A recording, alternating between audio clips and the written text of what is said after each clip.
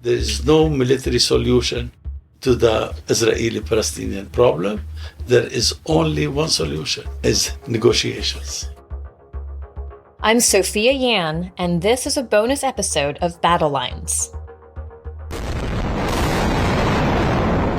אזרחי ישראל, אנחנו במלחמה. לא במבצע, לא בסבבים, במלחמה. Terrorist group Hamas unleashed pure, unadulterated evil in the world. But sadly, the Jewish people know perhaps better than anyone that there is no limit to the depravity of people when they want to inflict pain on others. Like every place I go run away, and I just find bombs and I find dead people. And like maybe one day I'll end up like them, but it's a really scary thing for me. People telling me that, mostly this is about Hamas, but they're also angry with absolutely everybody. I'm begging the world to bring my baby back home.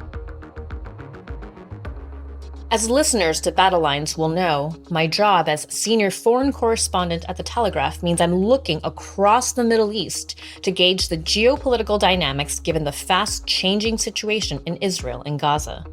Earlier this week, I sat down with Lebanon's foreign minister, Abdallah Bou Habib, to ask him directly how this war is impacting his country and what role Britain has to play in resolving the conflict. Here's our conversation. What would Lebanon like to see at the end of this 4-day period? A continuation of the ceasefire by having another agreement on releasing more hostages and more prisoners. That is from the Israeli and Palestinian side. Mm-hmm. Maybe the pauses would lead us to, one way or another, to a ceasefire. Mm-hmm. And we'll start thinking about the future, the day after. Because I don't think either party is thinking about the day after. Mm-hmm. How do we get to that point, though, the day after? How do we get to this continuation of a truce? What would an agreement have to include? It is pretty difficult because any agreement has to be win-win.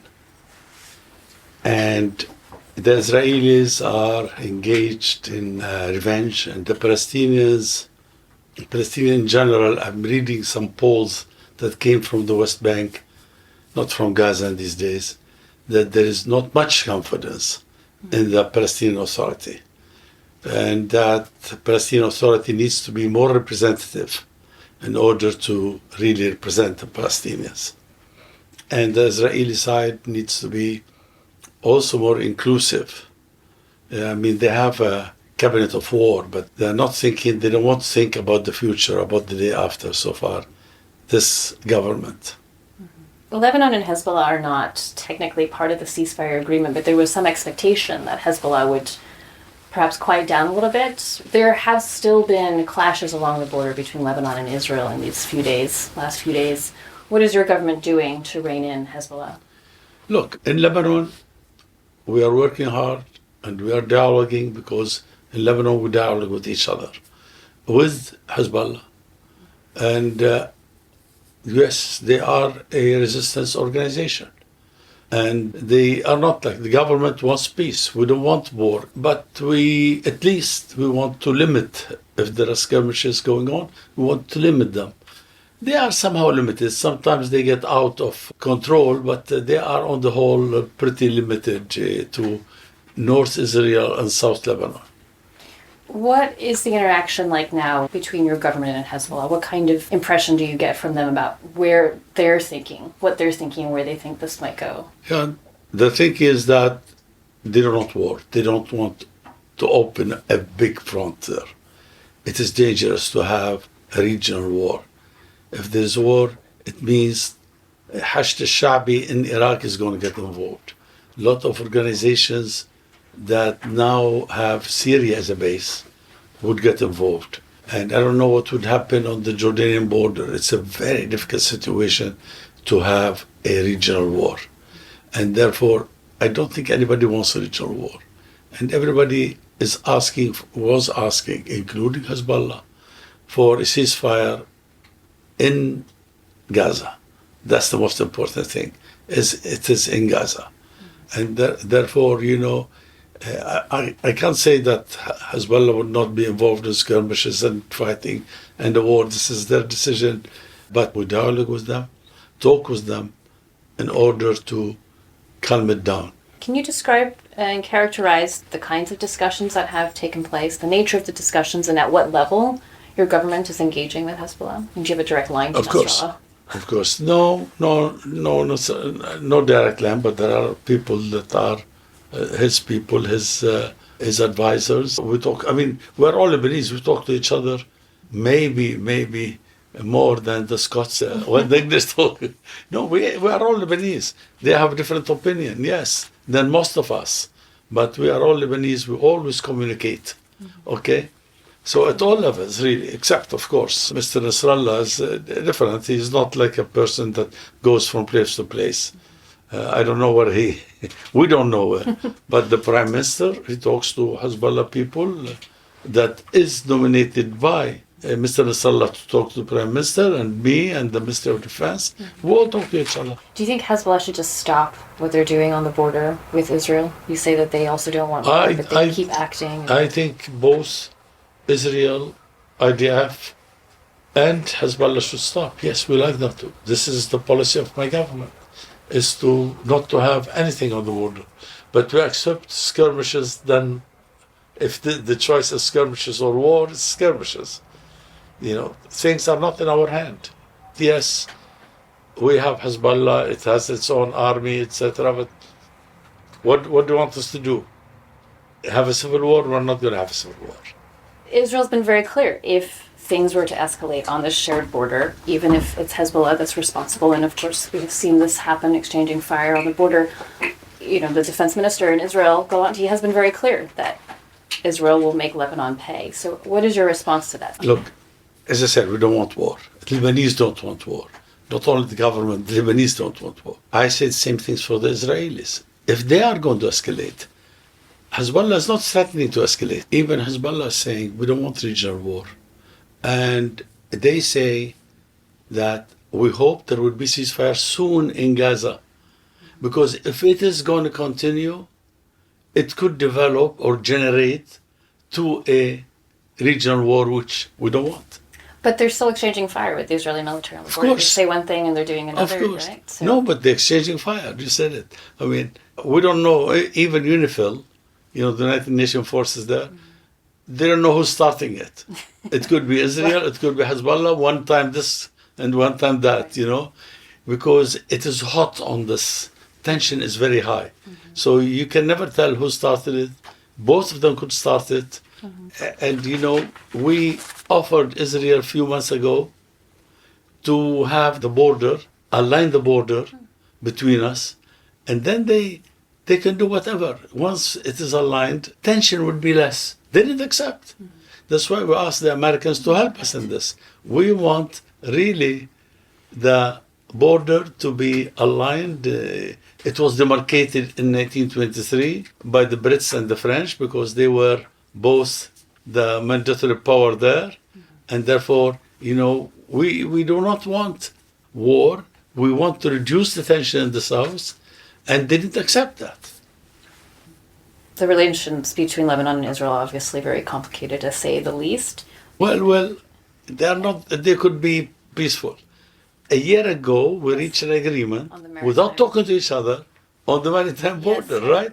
Through the American intermediary. Yes. So we can do the same on our land border if they want.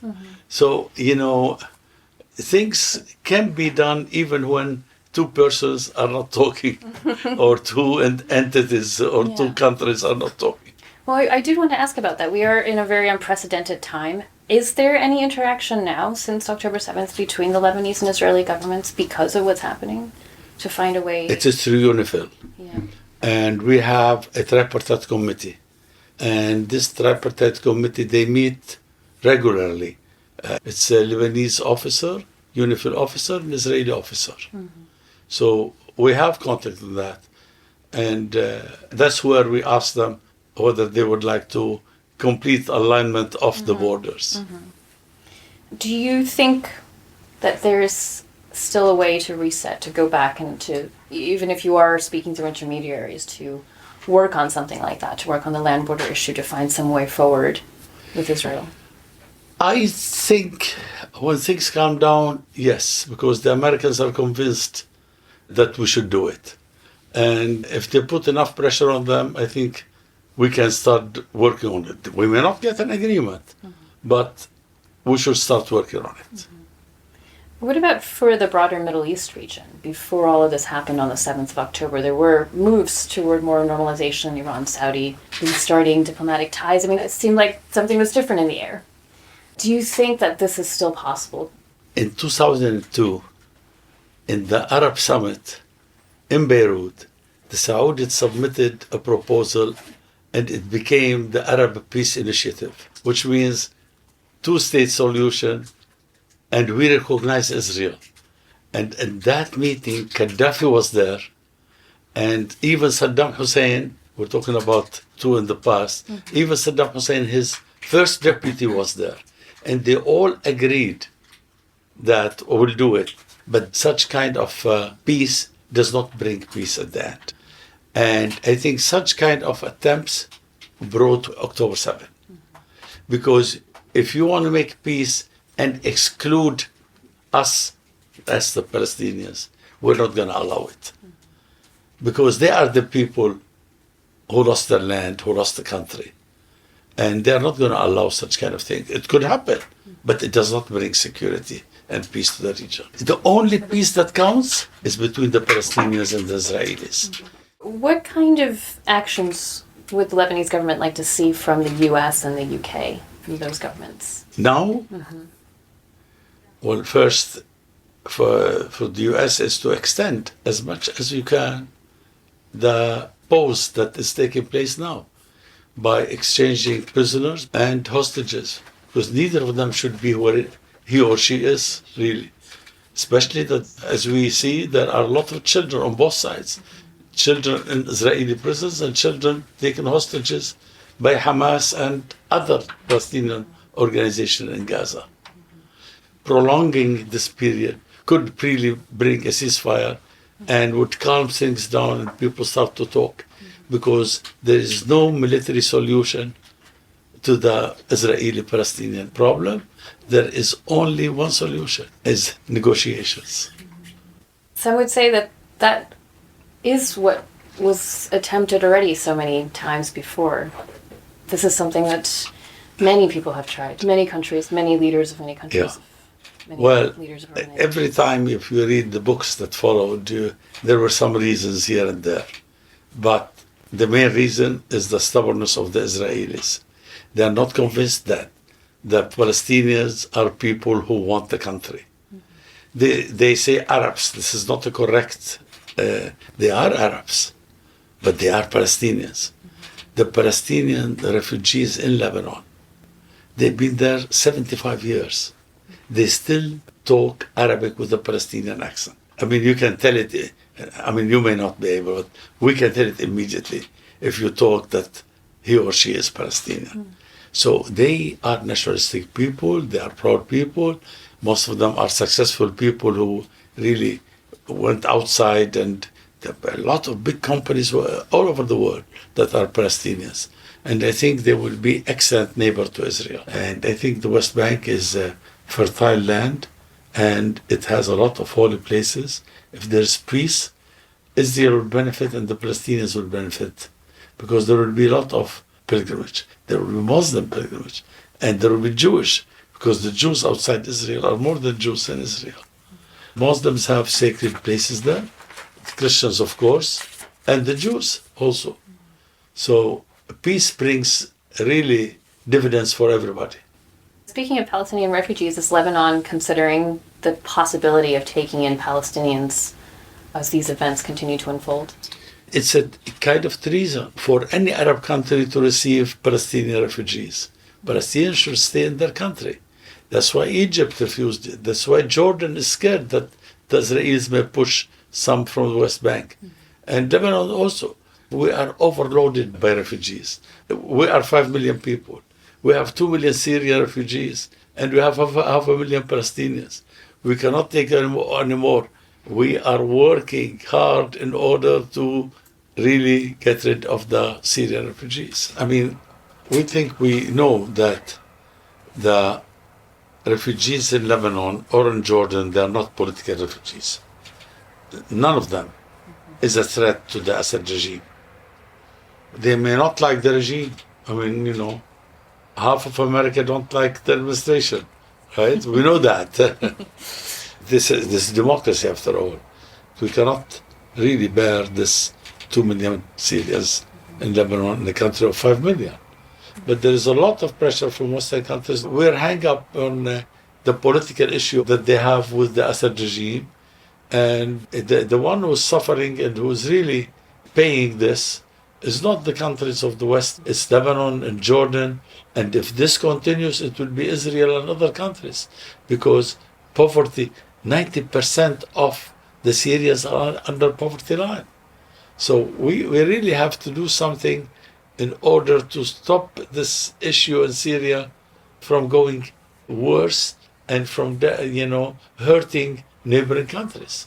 And more or less, the people of Syria are going to migrate.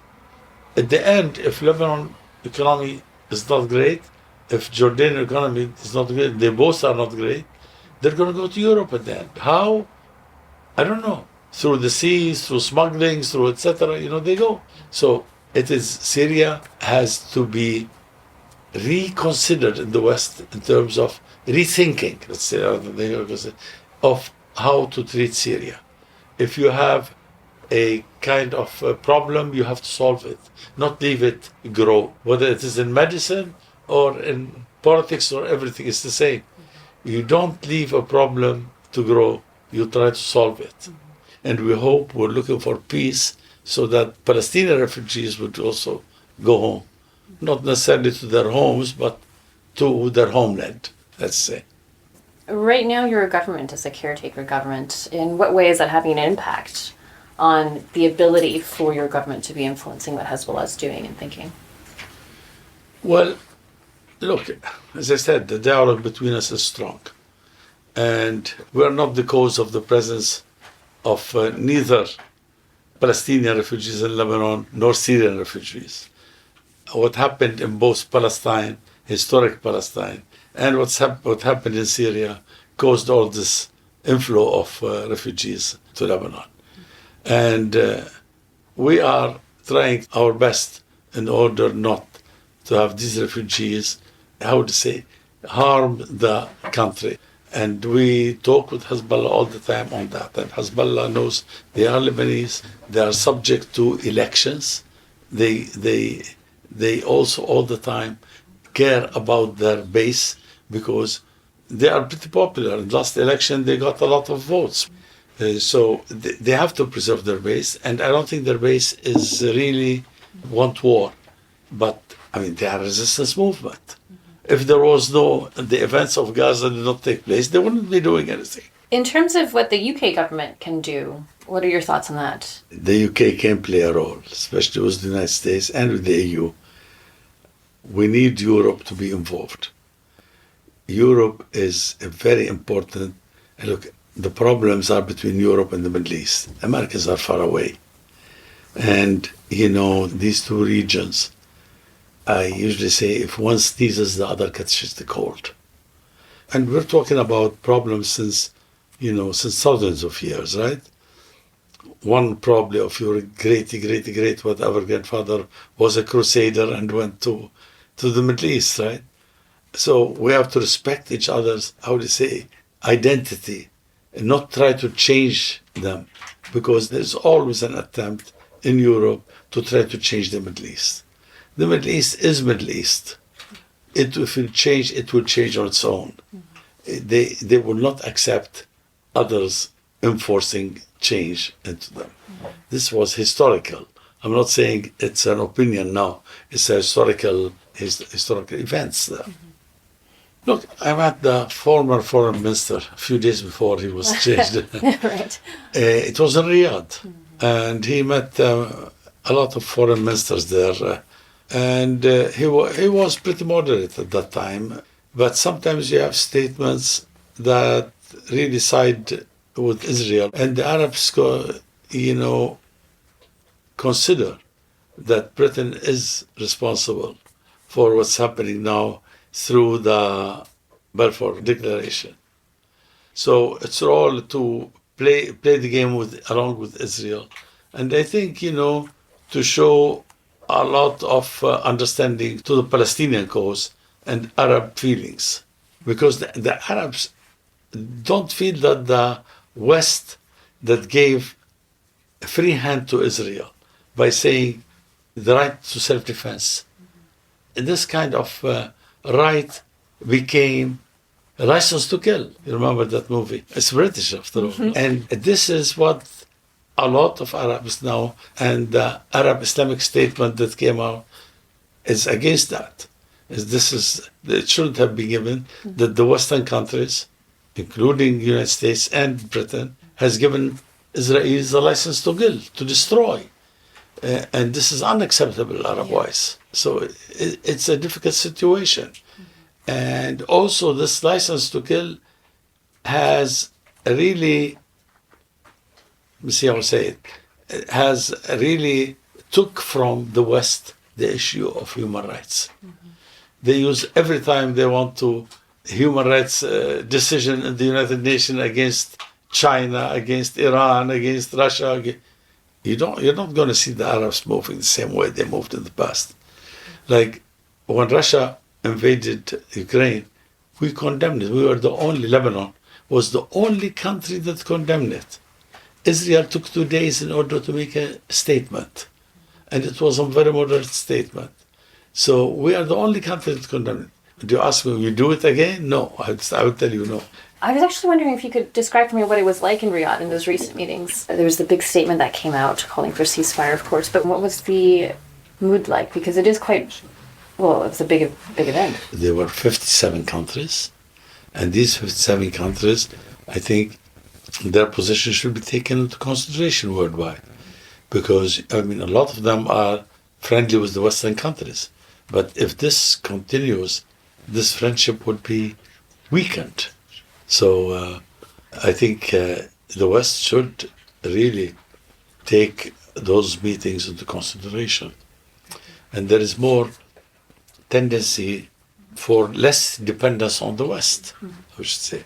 There is a tendency, strong tendency in these countries that we cannot depend on the West because of the double standard that they show. Look what happened in Ukraine, look what happened now. And so there is a double standard.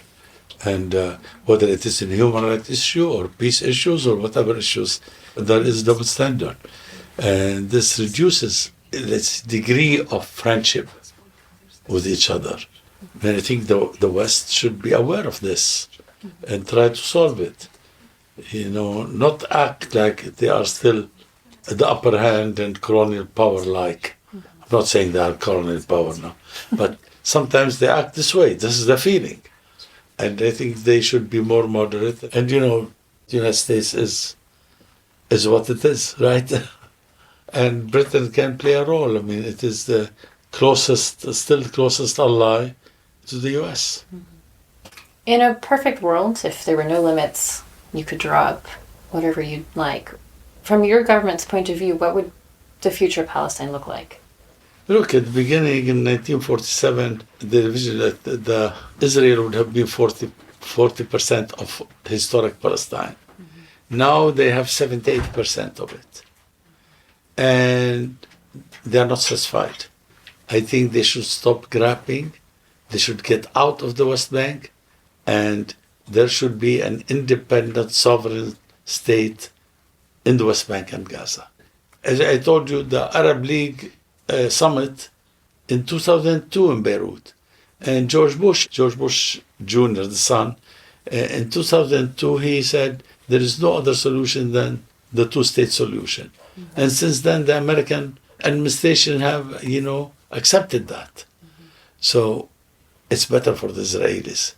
If they want to live in peace, is that they should accept the state solution. And then if they have fully demarcated borders, they can build the wall they want around them that no Hamas or any other organization can penetrate, really. What entity then should govern Gaza and the West Bank? It should be a Palestinian entity at the end. No Arab country wants to put its fingers in Gaza or the West Bank. It is a Palestinian issue. It's a Palestinian issue. And the West Bank used to be Jordanian before 1967. And now Jordanians don't say that at all. So it is a Palestinian issue, and the Palestinians should put their house in order to govern themselves, if allowed by the Israelis. I mean, the issue, what happened in October 7, the surprise is that it didn't happen before, not that it happened. And even if the Israelis now dominate and finish, it's going to come again. Unless there is peace, the Lebanese are not going to do it. The Emirates is not going to do it. Egyptians will do it. Only the Palestinians will do it. Their problem is with the Palestinians, not with the rest of the Arab world. We are sympathizers as Arabs, as we say, we use the word brothers, right? We support them. And we argue for them, and we support them in all means that we can. But at the end, they are Palestinians, and they want to live in Palestine. I want to ask you the same question about the Middle East region as I did about Palestine. That what would be your greatest hope? In a perfect world, no limits, you could draw it the way you wish. What does the future of the Middle East then look like? I think the most important problem that was creating insecurity in the Middle East is the Palestinian problem.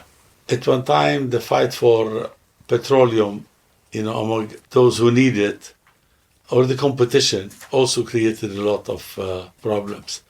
Now, I would say that organizations that came out, something like ISIS, or all the violence that came in the 60s from the Palestinians, hijacking of planes, so on, it was all a result of not solving the Palestinian problem. The world should recognize a Palestinian state. They should have a seat in the United Nations, and Israel should really get out of the West Bank and from Gaza. And around Gaza and the West Bank, they can build the wall they want. They can live happily ever after alone, or they can create some kind of relations with the Palestinians and the countries around them. Like they have now some good relations with Egypt. I don't want to say excellent, no, but good, cold, but good. And with Jordan, okay? And they have also with UAE and Bahrain. And Morocco as well. You need to solve the Palestinian problem before you get all the Arabs and before you have a warm relation rather than cold relations. I think if there is a Palestinian state, I think most of the Arab countries would recognize Israel. Battle Lines is an original podcast from The Telegraph. To stay on top of all our news, analysis, and dispatches from the ground in Israel and Gaza, subscribe to The Telegraph or sign up to Dispatches, which brings stories from our award-winning foreign correspondents straight to your inbox.